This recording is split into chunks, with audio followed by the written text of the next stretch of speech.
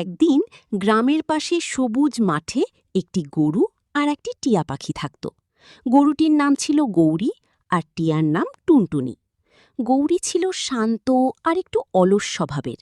সে সারাদিন ঘাস খেত আর ছায়ায় বসে থাকত। অন্যদিকে টুনটুনি ছিল খুব চঞ্চল আর বুদ্ধিমান। সে সব সময় উড়ে বেড়াত আর নতুন নতুন জিনিস শিখত। একদিন টুনটুনি এসে গৌরীকে বলল, তুমি সব সময় শুধু খাও আর বিশ্রাম করো, একটু কাজও করা উচিত। গৌরী হেসে বলল, আমি তো গরু, আমার কাজই হলো খাওয়া আর দুধ দেওয়া। তুমি এত দৌড়াও কেন?